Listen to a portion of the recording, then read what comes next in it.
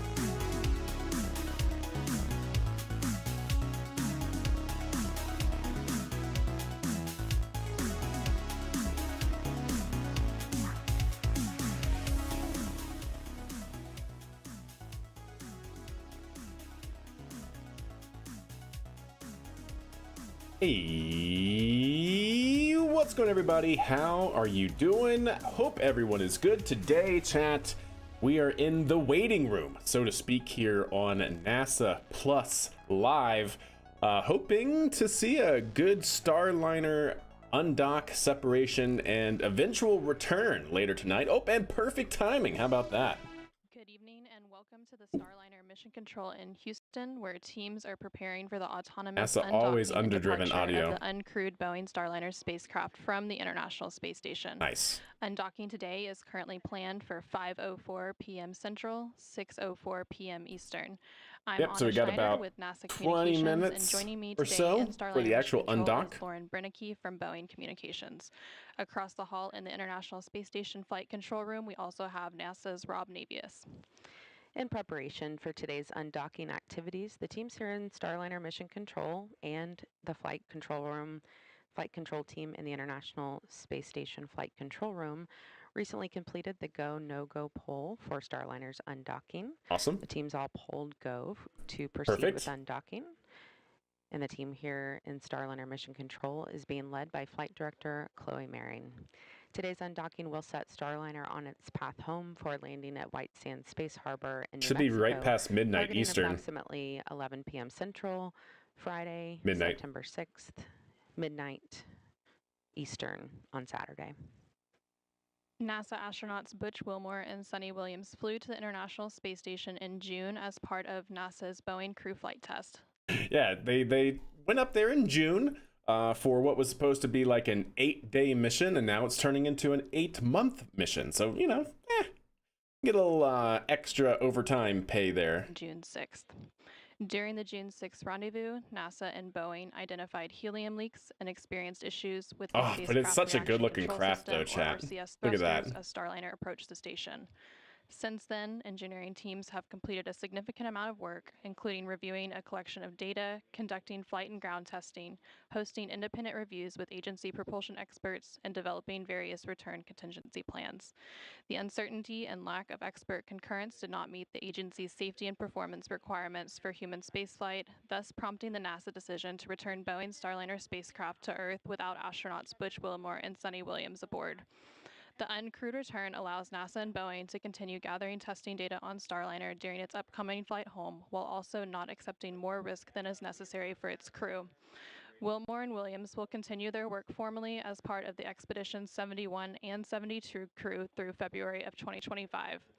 They will then fly home aboard a Dragon spacecraft with 2 other crew members assigned to the agency's SpaceX Crew 9 mission, NASA astronaut Nick Hague and Roscosmos cosmonaut Alexander Gorbanov. As part of NASA's Commercial Crew Program, this is Boeing's second flight to the International Space Station and third Starliner flight test overall, following a second orbital flight test in May of 2022. There's Butch and Sonny. So yeah, what we should be seeing here in approximately 15 minutes or so is the undocking of the Boeing Starliner capsule named Calypso. Calypso should be returning home to White Sands later this evening, approximately around midnight Eastern time. So just, what is that going to be, like 6 hours from now? So yeah, should be hopefully pretty clean. I don't expect, maybe this is too soon to say, but I honestly don't expect there to be any issues. Knock on wood, all that jazz. Fingers crossed, toes crossed. Don't expect there to be any issues with Starliner actually making it to White Sands. This should be roughly where it will be visible from later tonight, as well as its overall trajectory coming back into White Sands for its landing. This coming from NASA itself. So you should be able to start to see it here from the once it's coming over Mexico and then finally into White Sands. Should be able to see it for a pretty, long duration of its actual reentry profile. But these are all the times, mountain time, and if the skies are clear, you should be able to see it. So when it's really, really far out, you should only see it 10 to 20 degrees above the horizon for the White Sands actual landing zone. And then, of course, all the way in, should be able to see it as it gets closer and closer and closer, but you'll only be able to see it for, a small portion of its actual flight from the United States, especially from, the tip of Texas here, or even into New Zealand and New Mexico, or New Zealand, Arizona and New Mexico. But anyways, chat, so they're coming home. That should be the overall mission here. Unfortunately, Butch and Sonny not coming back. They're going to have to wave goodbye to the capsule that actually brought them up to the International Space Station. Quite the bummer, if you ask me, but such is life. They're extending their stay by basically 8 months. So not trivial, chat, not trivial. But of course, this is, as we've already learned, well within the purview of what is capable and acceptable by NASA standards for mission duration. So there you can see Sonny and Butch. Both of them came up to the capsule on June 5th with a June 6th rendezvous on the ISS. And now we are in September 6th. So quite a long stay for them. And it's going to have to be longer. Basically, the contingency plan is for Butch and Sonny is to wait for the Crew Dragon of Crew 9 coming up. So basically, the Dragon capsule is going to, instead of be taking 4 astronauts up, they're going to be taking 2 astronauts up. And so basically that will leave 2 empty seats for Butch and Sonny to then take for them to come back on from that Crew 9 expedition. Yep, Calypso, ready for Calypso to come home. Absolutely. We are waiting and in standby. You can see Starliner mission control here, as well as the ISS flight control room. All the teams are preparing for this undock and separation. If you're trying to piece together why this is happening, if you have been completely shut out from all of the news everywhere, essentially the Boeing Starliner Calypso capsule has experienced a number of problems, both on the ground before flight, and then of course actually on its way to the station. And finally, during the docking phase is where they experienced problems as well. They had not only helium leak issues before flight, but then actually once they got into orbit, they also experienced complete thruster firing failures, where they were commanding some thrusters to actually be able to orient the spacecraft in certain ways and be able to translate and move around relative to the station, and those thrusters were not firing. We have gotten more information from both the Boeing team, having conducted a bunch of tests on the ground and relaying that information to NASA. And of course, unfortunately, Boeing has been completely out of the picture in terms of communications and public relations. But NASA's told us that the most likely root cause, is from a poppet valve. Basically, a poppet is a tapered valve that gets seated for a seal within the actual actuator that allows oxidizer. It's actually the oxidizer-specific thruster valve that is currently experiencing the most problems.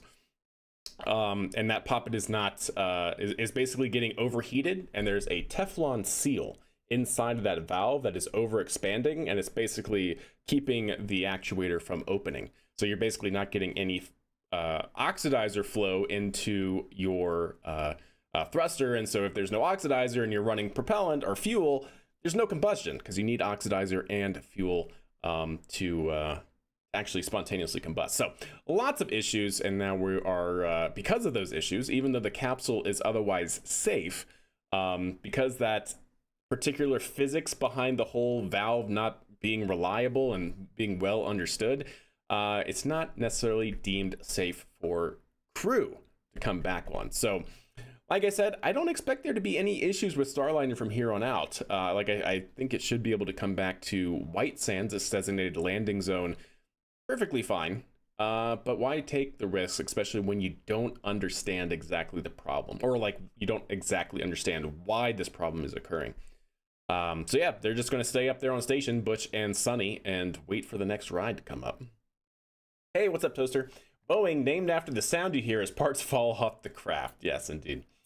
Hey, Dave, how are you doing? Blow the whistles or wait? Yeah, don't. Yeah, exactly. Definitely some programmatic issues within the Starliner program, right? This is not the only issue that unfortunately Starliner has had. Starliner program in general has had a number of issues.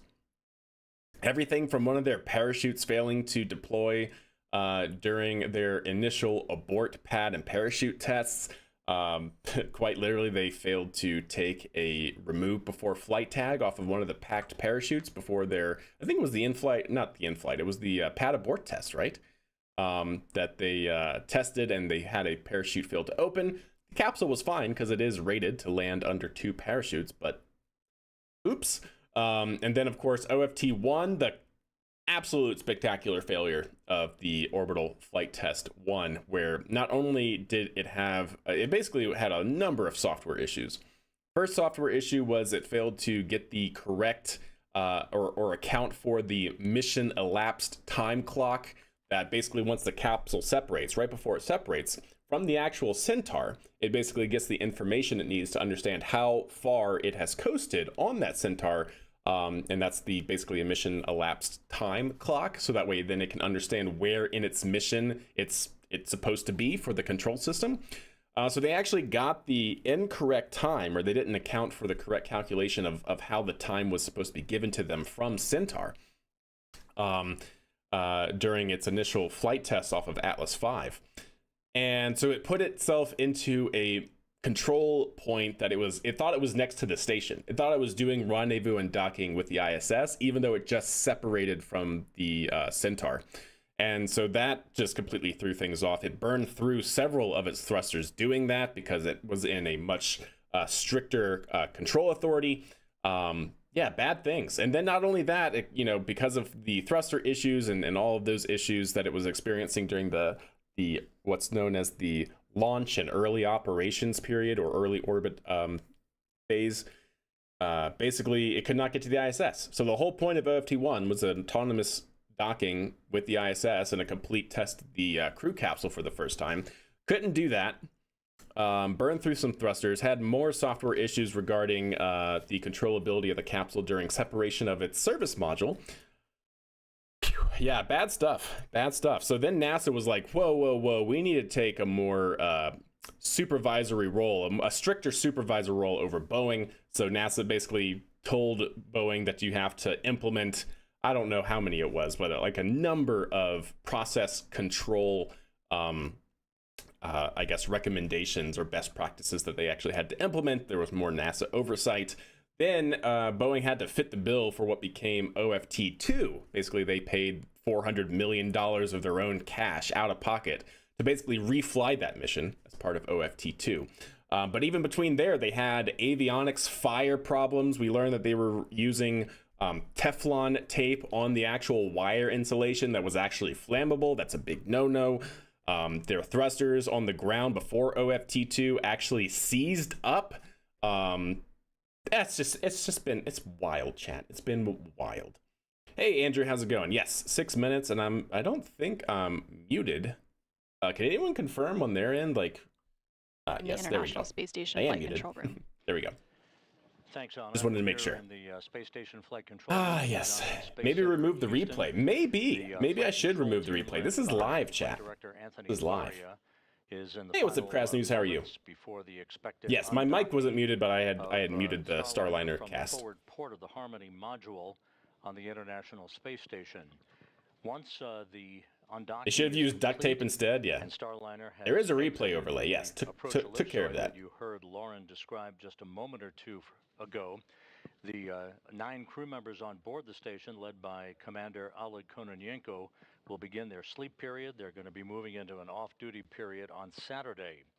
The vacancy of the forward port of Harmony will open up that port for the beginning of 2 crew rotations over the next several weeks. Next Wednesday, NASA's Don Pettit and Roscosmos cosmonauts. So what he's kind of going through now is one of the reasons Starliner kind of has to undock right now is for logistics at the International Space Station. The International Space Station is actually very busy. There's a crew rotation. There's a Soyuz capsule coming up. There's going to be Crew 9 coming up later. There is resupply missions coming up. There's a bunch going on, and so NASA actually needs the port that Starliner is currently on to make room for all of those different logistics happening. As planned, NASA's Nick Hague and Roscosmos cosmonaut Alexander Gorbanov will be launching from the Cape Canaveral Space Force Station on the Oh yeah, it definitely SpaceX wasn't Crew a Dragon Boeing issue. Freedom. They Regarding will, the insulation be a tape? two-man crew Yeah. to reach the International Space Station and provide the orbital Uber, if you will, for Butch Wilmore and Sonny Williams to come home on next February, with Wilmore and Williams completing what is expected to be about a 262-day mission. Whew. Nice. Meanwhile, the Crew 8 crew, 262 Matt days in Dominic, Mike space. Barrett, Jeanette Epps, and Alexander Grebenkin, are in the final weeks of their mission on board the station.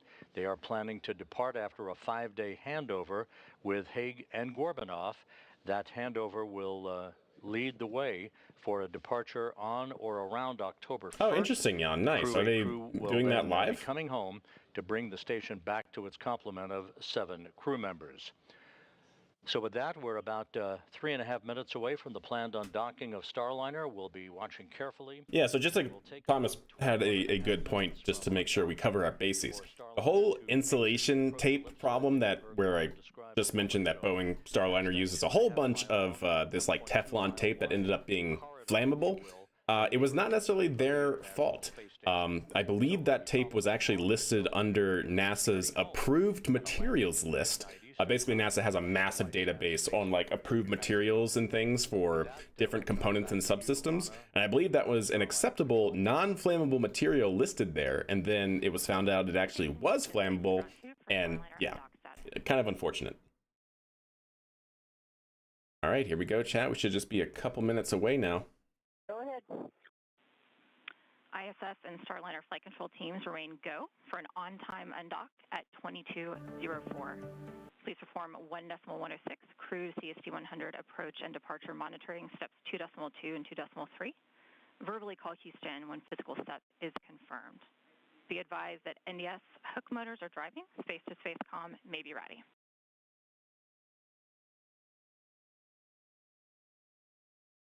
ISS crew copies ready for undock monitoring. All right, here we go, chat. Thank you, Rob. And we just heard some conversation between the crew on the International It's a good Space looking Station capsule and though, the teams chat. here in the I really Starliner Mission like Control, the confirming that we are will it end in continuing to be flames? go I don't for think an so. undock in just I under really don't think so. 2 minutes from now at 5:04 p.m. Central, 6:04 p.m. Eastern. We But are yeah, standing what by I was saying is for I the really command dig of the undock Starliner capsule ETP design. I think it's a authority really to good proceed. design. It's just it's had some systematic issues in the QA/QC somewhere, quality assurance and quality Once the control, the authority to programmatic proceed issues. issued for undocking, the NDS or NASA docking system hooks will begin to open, and there are 12 hooks that seal the surfaces between the NDS and the ISS International Docking Adapter, or IDA. Once all 12 hooks are open, springs on Starliner's docking ring will push the spacecraft away from the space station. Yep. And Flight Director Chloe Marion just asked for quiet in the room as we are approaching 1 minute out from Starliner 1 minute out, chat. undocking. Yeah, what she was talking about was known as the International Docking And we System just heard Standard, or confirmation that IDSS. the umbilicals are retracting and hooks are beginning to drive. So I believe the separation sequence is similar to the actual docking capture sequence, where there are 12 hooks, I believe, on the International Docking Standard that actually reach out and basically clamp the passive side to the active side of the port. I believe when it's docking, they basically do 6 and then they do 6. So there's basically 12, and then they do a sequence of 6 hooks and then a sequence of the other 6 hooks to bring all 12 into locking position. And I believe it's the same way, but opposite for the separation sequence, where they'll unlatch 6 hooks and then unlatch the other 6 hooks. Basically latching and unlatching in sequence. You think Starliner could have same efficiency as the Soyuz capsule? Efficiency in terms of what, Americano?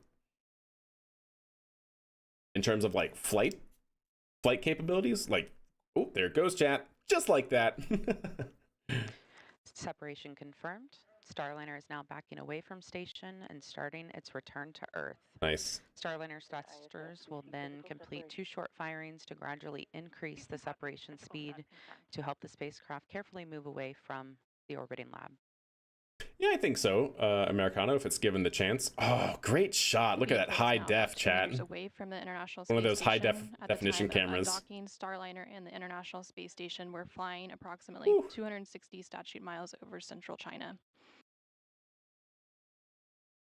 Okay. I see you, Envy. Oh, no, go back to the 4K camera. Starliner will be beginning a breakout burn soon, which will take the spacecraft forward and above station. During this burn sequence, Starliner's thrusters will perform a series of 12 short firings. The entire sequence look takes at about that. 5 That's minutes to complete. crazy. That allows Starliner to Nice. quickly So break here's out the outside International the Docking approach Standard I was talking about. Oh, there it goes. And about 4 minutes into the burn sequence, Starliner will exit the keep out sphere Nice. for the KOS. There you go. Just the tiny little vernier thrusters. It only looks like one of them is firing.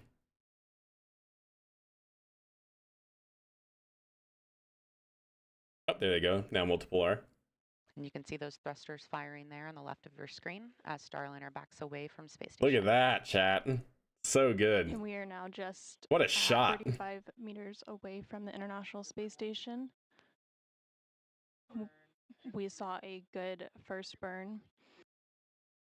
What a test for this capsule, though. Like, honestly, chat, for like long duration. Confirmation, all 27 jets have fired. Awesome. We have all 27. Oh, yeah. And you're seeing the light show there on your screen. There we go. So all thrusters are active right now. They're not having any problems there.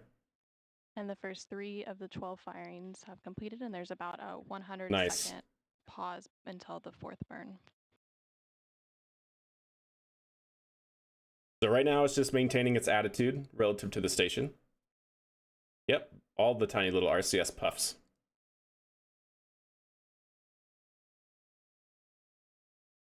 Making sure it's basically remaining stable in roll, pitch, and yaw in order to set itself up for a very good departure burn. Starliner is about 60 meters away. Already 60 meters. Yep, it's moving out pretty fast, all things considering.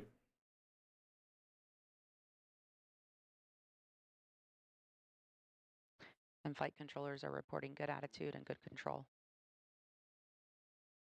We are standing by for the fourth of the 12 burns in the series of firings as part of the breakout burn. As a reminder, the entire sequence will take about 5 minutes to complete. This is Blue Shift doing a About 4 minutes into the engine sequence, test here. Starliner Oh, will T-minus cross 7 what minutes. is known Never as mind.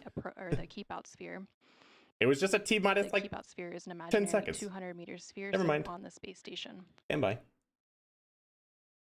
We are 15 seconds away from the fourth burn in the series of 12. Okay, 15 seconds. We'll see another burn to basically another departure burn.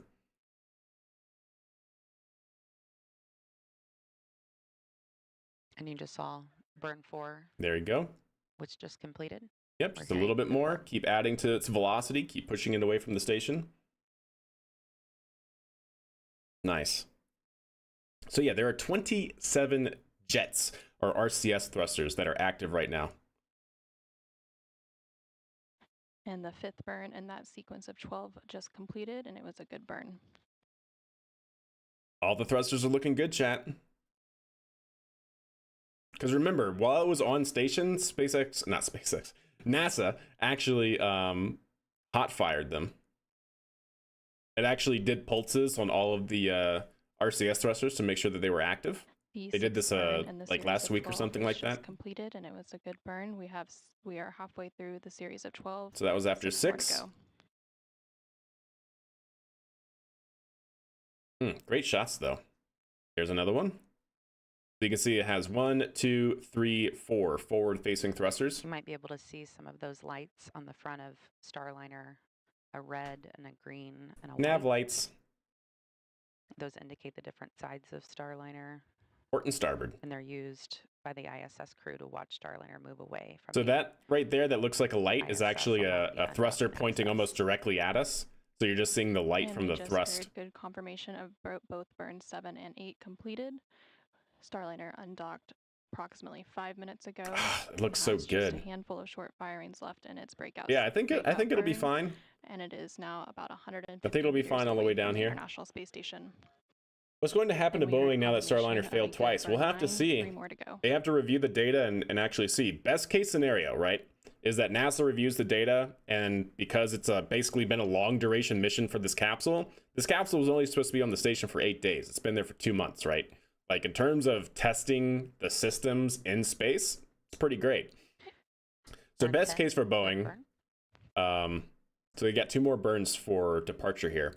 The best case scenario is NASA says, hey, we reviewed all the data, fix your thruster issues, and we're going to waive you having to do another flight test, like basically another certification flight, and just continue on their already established trajectory for missions. One more That's the burn best to go, case, but right? they have Worst confirmed case, that NASA Starliner reviews has it crossed the and keep-out sphere, or keeps the with their POS, contract. which is an imaginary 200-meter sphere centered on the International Space Station that helps flight controllers here on the ground. So it's entering its safety ellipsoid around the ISS, its keep-out sphere. To ground 2, Starliner has exited the keep-out sphere. There we go. It's now essentially outside of that 200-meter zone around the ISS. Copy, she's exited the keep-out sphere. But the worst case for Boeing, right, is NASA reviews the data and keeps with the contract. And the contract, as my understanding, actually stipulates that for Starliner to be certified for operational missions, it actually has to take astronauts up and down from the International Space Station. And we can see clearly here now, Butch and Sunny are not on board, so that particular line item in the contract is not satisfied. To use Starliner's forward thrusters, which have New mic and remained camera? nominal No. during this flight. Nope, same setup. It might just be that I am And we streaming heard during the confirmation daylight and there's all a 12 window behind me, burns in and this so series more of lighting. breakout burn firings have completed, and they were How all long good does the cap burns. stand on? That's a good question. I don't know. Starliner Probably has until it's crossed the keep-out sphere. deorbited. So the next You don't wanna leave milestone that, for up there as Starliner's debris, departure right? will be crossing the approach ellipsoid, or AE.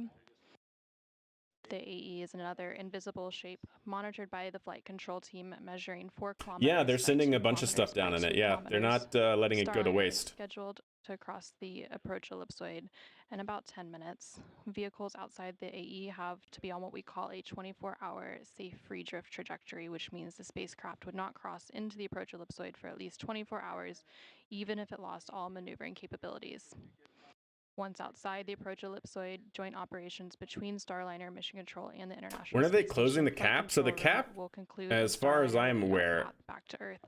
does not close. It's jettisoned because the parachutes are up here around the top, and then there's a big bucket handle that deploys with the parachutes that allows the capsule to swing. So as far as I'm aware, I don't believe the nose cone will be back, but I think they jettison it once it's on its deorbit burn. If somebody in chat can confirm that, but I don't believe the nose, the actual cap there will come back. Oh, nice. We're now taking a look from the VESTA Onboard system, sensors. which stands for Vision-Based Electro-Optical Sensor Tracking Assembly. Nice. Look It's a at bit of a that, chat. mouthful, so we like to call it VESTA. And this Roll, is a look pitch, from yaw. Starliner back at So the it's yaw, International Space -5 Station. degrees from the station. The system is really the eyes of Starliner. There's your It's able to pick deltas, up on features on the outside of station, your like accelerations. handrails and reflectors. You can see some of that on Interdasting, your chat. screen there in the outlines. And it's the way to assess Starliner's position and attitude. It also gives the ground teams a very accurate look at Starliner's location. So that's your distance, relative to the your station. distance So rate. That's your distance, earlier we distance were rate. taking a look from the station back at Starliner. Now we're looking from Starliner back at station. Nice. Yeah, so this is the vision system. This is what the capsule actually uses to basically understand where it is relative to the ISS. We're The capsule just knows where it under is 10 because it minutes knows away where it from is in the chat. AE exit. So in the meantime, we will check back in with NASA's Rob Navius in the International Space Station Flight Control Room. Rob? Thank you, guys. Flight Dynamics has reported that Starliner is on a perfect trajectory backing away We might from see the International Space Station. a rocket engine and test opening, here a rate of about coming from Blue Swift. 13.5 statute miles per rev. At the time of the deorbit burn at 10:17 and 13 seconds Focus, p.m. please. Central Time later All right, this T-minus evening, 12 seconds here on the test. vehicle will be about 56 statute miles away from the International Space Station. 5, That deorbit 4, burn, by the way, 3, will be a 59-second 2. burn to slow Starliner down by 129.9 meters per second, a 4 OMAX burn. OMAX, the acronym for the Never Orbital mind, Maneuvering reset. and Attitude Control System. Reset to T-minus 5. Thrusters and jets on the Starliner spacecraft that will enable Starliner to begin to drop Any out of vehicles orbit driving on it need for special its screen intended filters. Any of the southwest dust to getting in northeast mechanicals will gum trajectory them up. across the Interesting, Jan. Pacific Ocean, across Baja California, and heading towards its landing at the White Sands Space Harbor in New Mexico. With the forward port of Harmony now vacant, that sets the stage, as I mentioned a few minutes ago, for the start of a couple of crew rotations that are coming up. Down at the Baikonur Cosmodrome in Kazakhstan, Don Pettit of NASA and Roscosmos cosmonauts Alexei Ovchinin and Ivan Wagner and their backups are in the final stages of their preparations for launch next Wednesday. Their Soyuz 2.1A booster and the Soyuz MS-26 spacecraft that they will ride to orbit. That vehicle will roll out to the launch pad in Baikonur on Sunday, and then final preparations will lead them to a launch next Wednesday at 11:23 a.m. Central Time, heading for a 2-orbit, 3-hour, 10-minute journey to dock to the International Space Station's Rassvet module. Now, that forward port on Harmony that was just vacated by Starliner's departure will be the port of call for NASA astronaut Nick Hague and Roscosmos cosmonaut Alexander Gorbanov, and their launch no earlier than September 24th on the SpaceX Dragon Freedom spacecraft off of Launch Complex 40 at the Cape Canaveral Space Force Station. That will be about a 30-hour transit for those 2 crew members to reach the International Space Station and the automated docking to the forward port. So this part right here Harmony. is really important. This is what I discussed Ultimately, yesterday. Hague, Gorbanov, Talking about the Butch Wilmore, trajectory and that this Sonny thing is Williams now will on, do now a that it's kind of relocation moved away from the of station. the, We'll cover that here again in SpaceX a second. Dragon spacecraft from the forward port of Harmony to the zenith port of Harmony, opening up that forward port for the arrival of the next SpaceX cargo ship, SpaceX 31, that's scheduled for launch in October. So a lot of activities lying ahead for the space station crew. The crew aboard the International Space Station soon will begin its sleep period and an off-duty day on Saturday, while the activity shifts over to the White Flight Control Room down the hall, as they are in a shift handover right now. Flight Director Rick Henfling will be taking over shortly to supervise entry and landing operations, and the team over there will be monitoring the progress of Nice. Starliner as it moves to its I love that deorbit visual position representation. about 56 statute So miles looking away here, from the chat, let me International actually Space open this Station. up, what I was looking With that, at. we'll turn it back to the White Ficker and Anna and Laura. So this is Starliner capsule after it separates, right? And so you can see the parachute deployers there. Thank you, Rob. So that's why I Starliner was is thinking that the now nose about cone 750 doesn't meters actually away get from the reused, but I think it International does now. I Space think in Station as it OFT continues to 1, I make think its they way added the to hinged approach nose ellipsoid cone after exit. OFT 2. Again, that approach ellipsoid exit is So we'll have to targeted see. We'll have to for see if they actually jettison it or not. 5:25 and 30 seconds p.m. Central Time, 6:25 and 30 seconds p.m. Eastern Time, and everything continues to proceed as planned with Starliner's departure and return back to Earth. Yep, the viewbots always. And you're looking live at Starliner in free drift. Engineers are telling us that the What's up, breakout Andy? burns all went well. Thrusters are all looking good. Everything is nominal as we continue up and around space station and head back to Earth. Again, Starliner undocked just a short while ago from the International Space Station at 5:04 p.m. Central, 6:04 p.m. Eastern, as the space station and Starliner were flying Yeah, I'm not sure, approximately Andy. 260 statute miles over central China.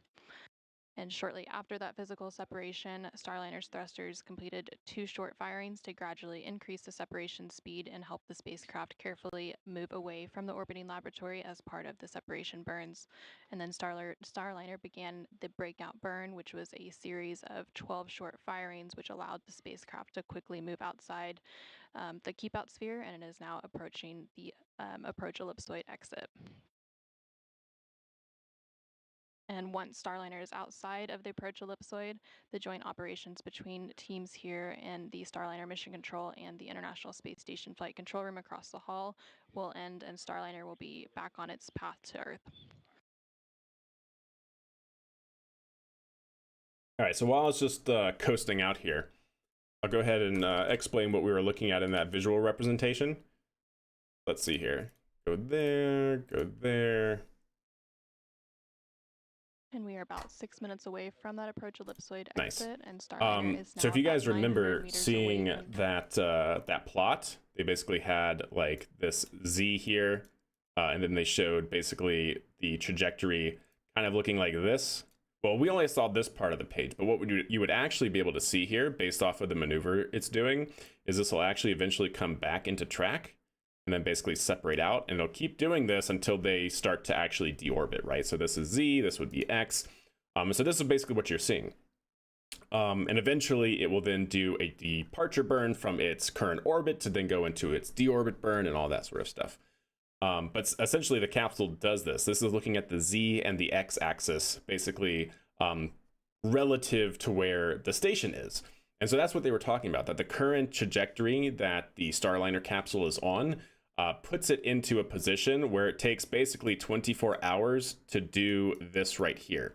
24 hours until it gets back in track with the orbit of where the ISS is. That gives NASA plenty of time to figure out what it needs to do in case Boeing isn't able to actually depart from its current orbit, which puts it basically where the ISS is every 24 hours.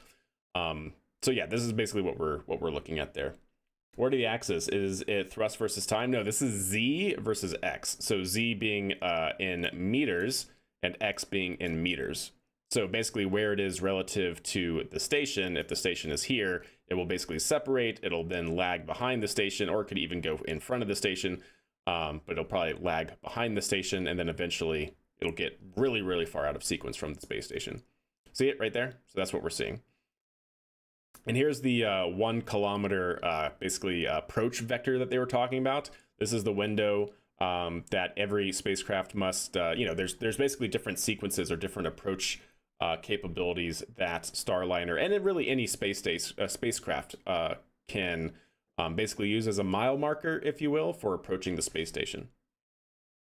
8:05 So that's PM 1,000 Eastern. meters outside And of the then after station's that, we approach get corridor. into the entry and landing coverage, and the go-no-go for the deorbit burn will be at approximately 9:57 p.m. Central, 10:57 p.m. Eastern, following with the deorbit burn. Deorbit burn about at 20 minutes 10:57? later at 10:17 p.m. Central, 11:17 p.m. Eastern. Okay.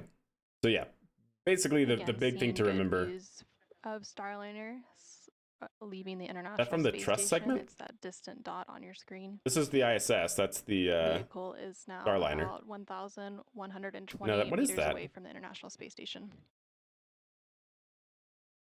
It's not the truss segment. It's one of the modules.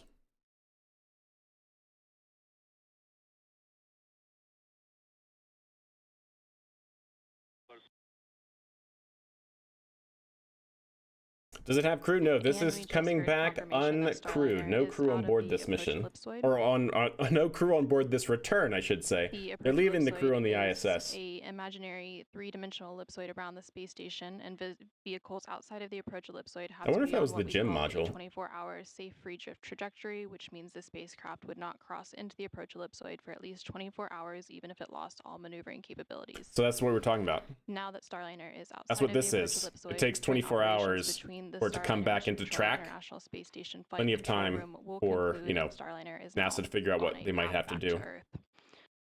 So once again, Starliner undocked from the International Space Station at 5:04 p.m. Central, 6:04 p.m. Eastern, as the space station was flying 260 Hey, RJ. statute miles over central China. Shortly They after completed their useful test? I was just looking at it, dang it. Starliner's thrusters It happened so completed two fast. short firings to gradually increase the separation speed to help the spacecraft carefully move away from the orbiting laboratory. Starliner then began the breakout burn, and Starliner's smaller jets performed a series of When did they 12 do it? I was short just looking. burns to allow the Ah. spacecraft to quickly move No, that's not outside it. the approach ellipsoid. Starliner again crossed the approach ellipsoid moments ago and is now on its journey home. You look brighter? That's because Next there's milestones for sunlight Starliner now. I ahead usually of stream its later. deorbit burn targeted for 10:17 p.m. include crossing the entry cover. How's the capsule closing performing? the Perfect. entry cover, They said that they and had 27 good conducting checkouts thrusters. of the 27 out of Elmer 27 good 34 thrusters on maneuver the and attitude maneuvers so control far. thrusters. Those are the bigger jets on Starliner.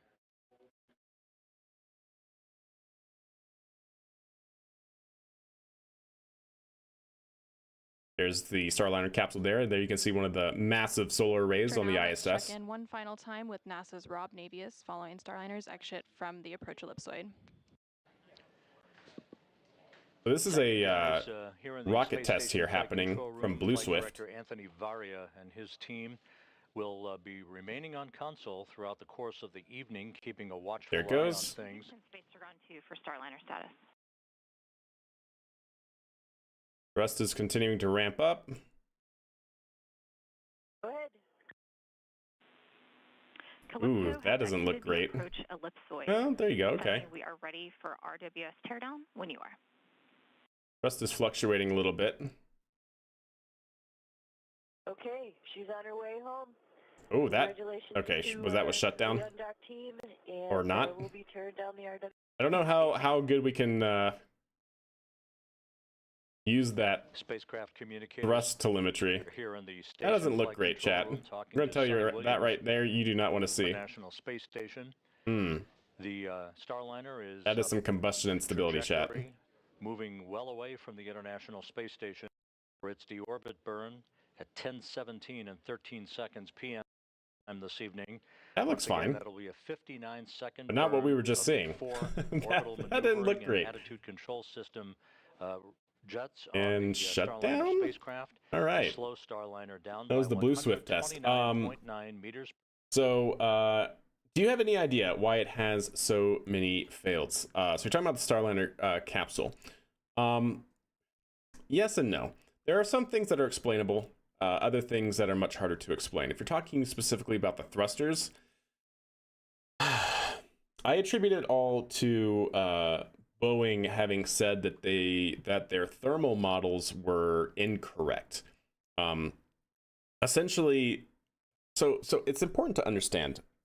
Probably one of the hardest things to actually engineer and implement in any sort of spacecraft design is valves. Why? Because valves have to actuate. They also have to work well with a lot of pressure.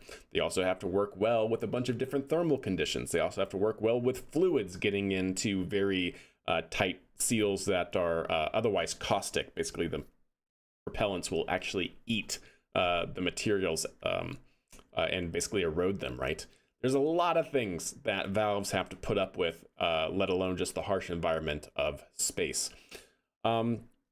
So I attribute it all to them not understanding the operating environment well enough.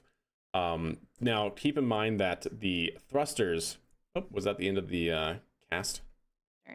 Until then, thank you for joining us for Starliner's undocking and departure from the International Space So Station. that was the end of the cast for the moment.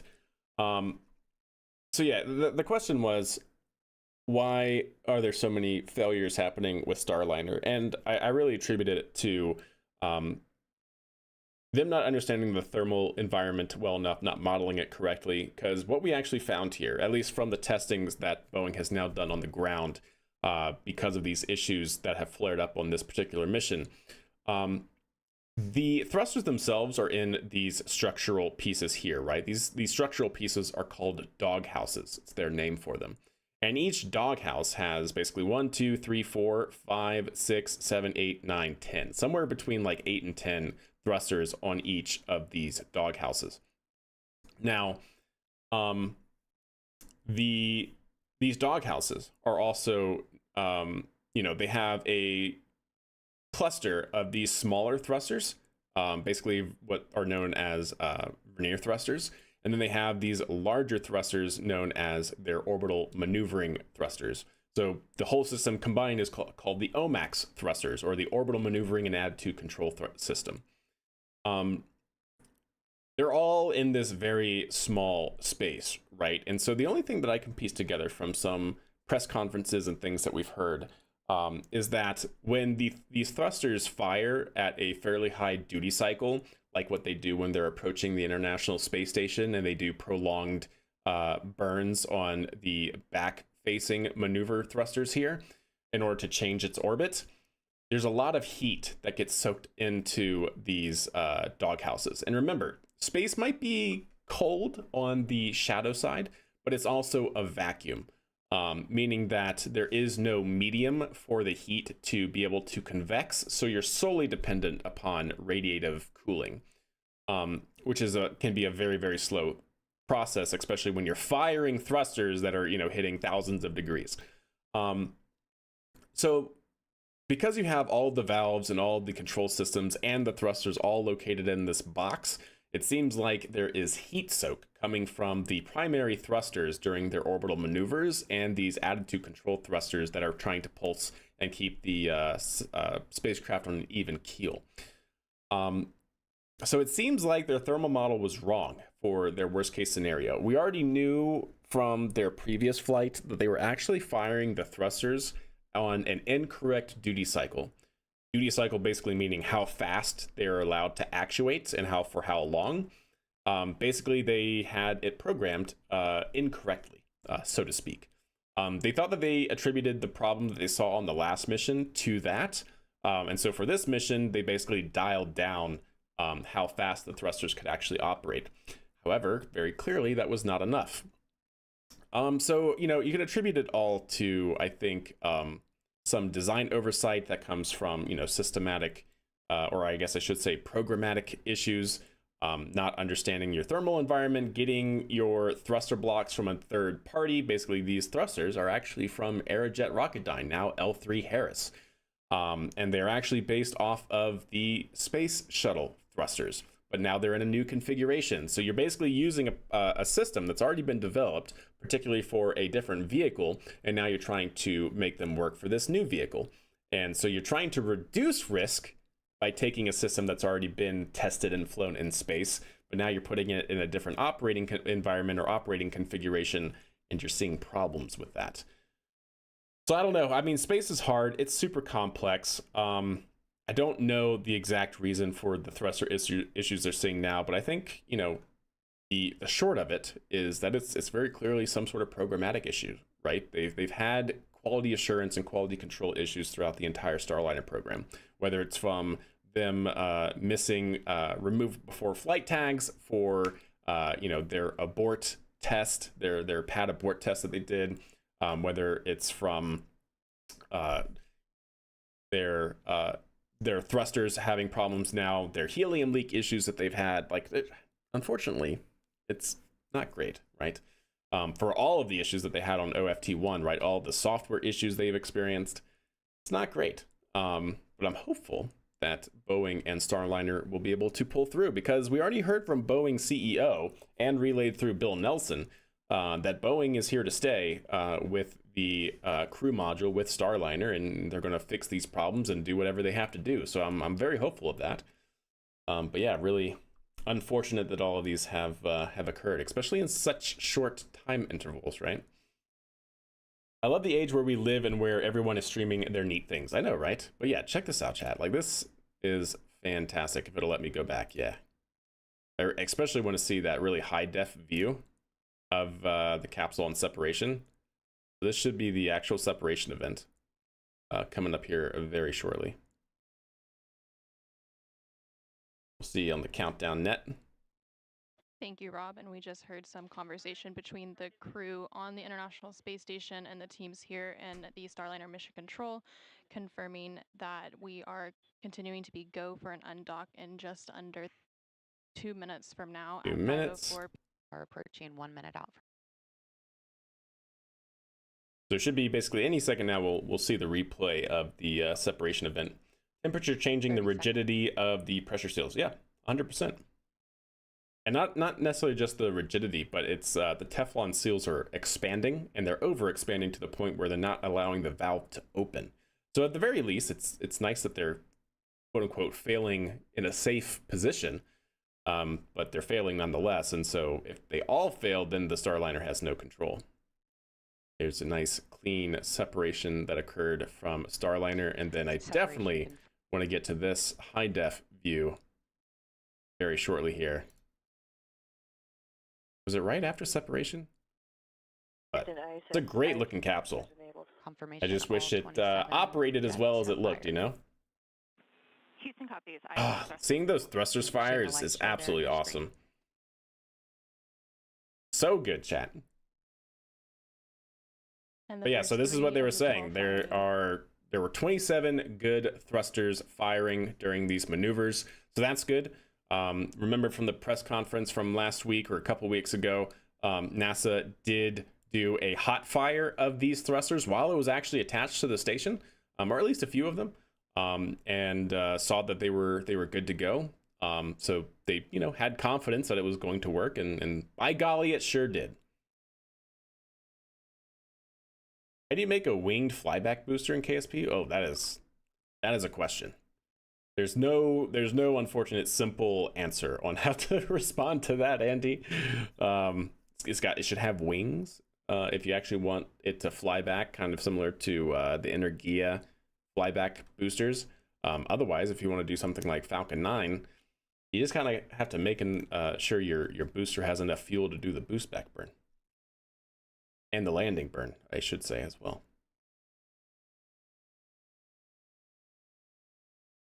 Open tube, easy. Closed tube, solved problem. But switching between the two, very complicated. Yes, indeed.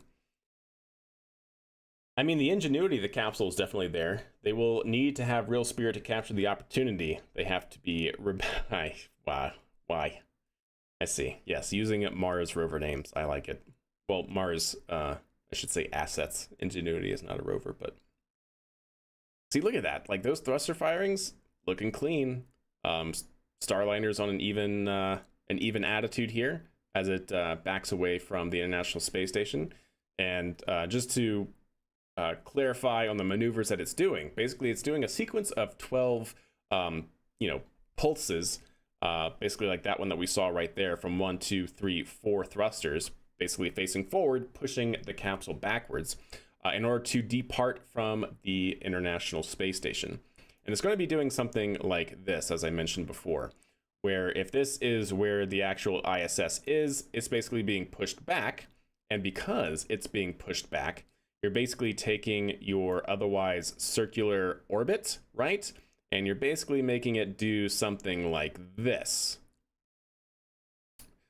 To where now it's either going to go higher or it could also go lower depending on which way the station is actually facing. If they're burning prograde or retrograde, in the direction of their orbit or against the direction of their orbit, right? But if it's going to be doing something like this, then it'll actually end up going higher. And because it's going higher, it's going to have a lower velocity in comparison to the space station. So over time, not only will it move out track from the ISS, moving, physically away from the ISS, but then it's also going to lag behind the ISS every orbit that it takes that's higher or lower than the space station. So that's basically what you get here. But every time, right, you'll see it move out this way, it will come back and basically be in line where this Z is 0, which is basically in the same orbit or at the same altitude that the International Space Station is in.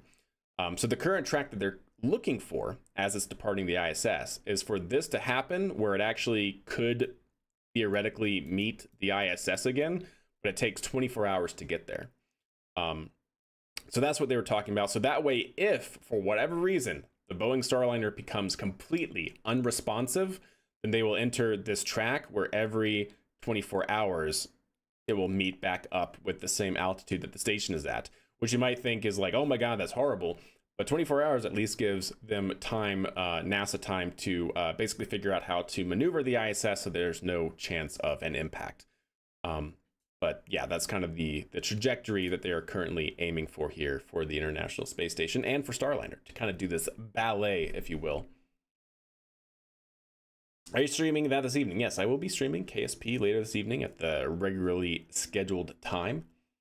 Thank you. That helps clarify. I didn't totally grasp the first explanation. Hey, understand. But yeah, very cool to see Starliner not only functional, chat, but on track to come back to White Sands. And as I showed a little bit earlier, this is kind of the trajectory that it's going to be going, starting at 21:45. I believe that is all times are in Mountain Time. So Mountain Time. 21:45 Mountain Time, it will actually start its re-entry, going all the way down until it hits White Sands, its designated landing zone. And you should be able to see it if you're kind of in this vicinity, although it'll be low on the horizon by this time. But yeah, if you're within New Mexico, a little bit of Arizona and Texas, you should see it be able to land during its re-entry profile, which is pretty cool. When is the regular scheduled time? About 2.5 hours from now. About 2.5 hours. 7 p.m. at Mountain Time is the regularly scheduled stream service. But anyways, chat, hope you guys enjoyed that quick coverage. But let's actually now kick over here to Blue Swift. If you guys don't know Blue Swift Aerospace, been tracking them for a hot minute. They were doing a test on one of their engines. They actually have a website. I haven't seen their website in quite a minute either. Do they not have an actual website? Oops. Let me actually look for that link again for that test. But Blue Swift did do a fire of one of their rocket engines. I'm sorry, Blue Shift, not Blue Swift. I keep mispronouncing it. Yes, Blue Shift. There we go. So Blue Shift is looking to do small launches, which is pretty cool. But they're also looking to be able to scale it up as well. World's first commercial rocket-powered by carbon-neutral biofuel is their go-to-market strategy. Let's see, do they actually have any information about their actual rocket on their site? They're basically just doing suborbital research flights, but been tracking their progress for a while. But anyways, they tried to do a flight test, not a flight test, an engine test here. And let's see what we can see on that. It looked unstable, chat. It looked a little unstable. I gotta say, it looked a little. Yes, Blue Shift. Thank you. Yeah, indeed. According to Google, it's 10:45 Central Time for entry. Yes, that is correct. It should be landing essentially around midnight Eastern, if I'm not mistaken, or like a little bit past. Let's see, where was the actual test? I don't know where they actually ended their casting of it. There's that. Oh, was that it? Trying to find where they were actually burning. But yeah, they were actually live streaming this. Oh, there it goes. Okay, cool. Unfortunately, had some spotty connection. What the? Stop it. Let's see what we can hear. Very loud is what we can hear. Very loud indeed. 9, 8. Message that got flagged? I don't see a message that got flagged.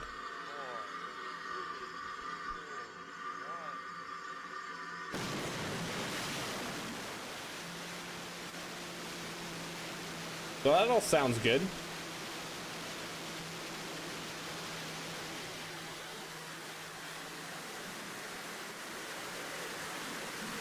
That's not sounding as great.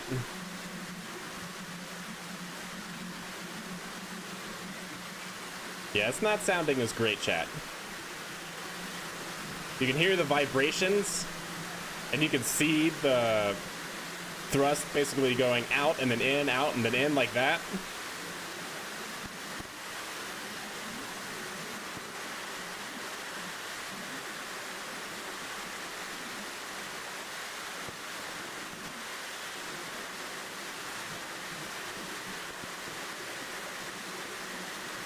Yeah, it doesn't look great, Bob.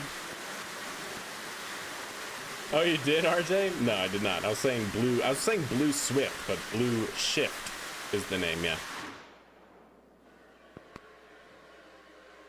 But there you go. That was Blue Shift Aerospace. They look like they completed the test at the very least, which is pretty good. But it definitely seemed like they were having some instability somewhere in there.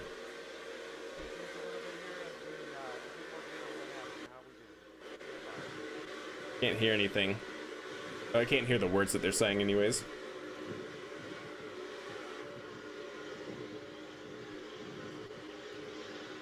It's not a fire, right? I hope that's not a fire, chat. But yeah, pretty awesome. I want to see, do they show the inside? Well, I do see a flame there, but that might be where the nozzle is. The thrust meter got very confused and the engine couldn't decide whether it wanted to go or not. Indeed. Yeah, woohoo, it didn't explode. Hey, that's a successful test. But yeah, if you could kind of hear it at the very beginning, well, actually at the very beginning it looked really good, but then a little partly through, I don't know if it was just some of the, because there was a lot of static. You guys didn't hear that from everything operating, but it sounded like a little bit of resonance, and usually when you hear vibrations like that, you're getting some combustion instability because it's actually causing the structure to, you know, wobble at a very high frequency. But not only that, but then you also saw what looked like the flame basically going from here to out here, then in, then out, and then in, and then out. That's usually also not great, whether that's combustion instabilities or, well, that is combustion instabilities, I would definitely say. Unless they were doing some sort of throttle tests, which I don't think they were.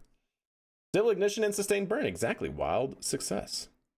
I was hoping they showed more on the inside, but unfortunately, no. Now they're venting.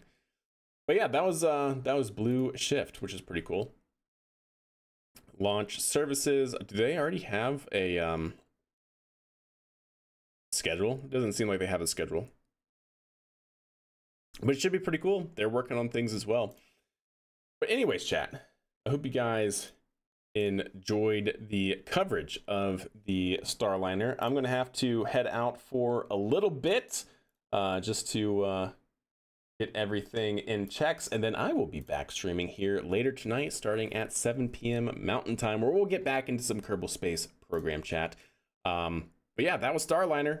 Fingers crossed, chat, that everything goes well with Starliner from here on out. I suppose we should keep tuned to either Boeing, probably not Boeing, probably NASA's Twitter X's feed right now to actually see if there's going to be updates, and then they should be back hopefully covering the actual landing, maybe even some of the entry burn, whatever they can. But we'll have to see what that has in store for us tonight, chat. So until then, I'm out for a little while, but we will be back streaming some Kerbal Space Program. Much love to you all, and yeah, catch you guys back here very, very soon.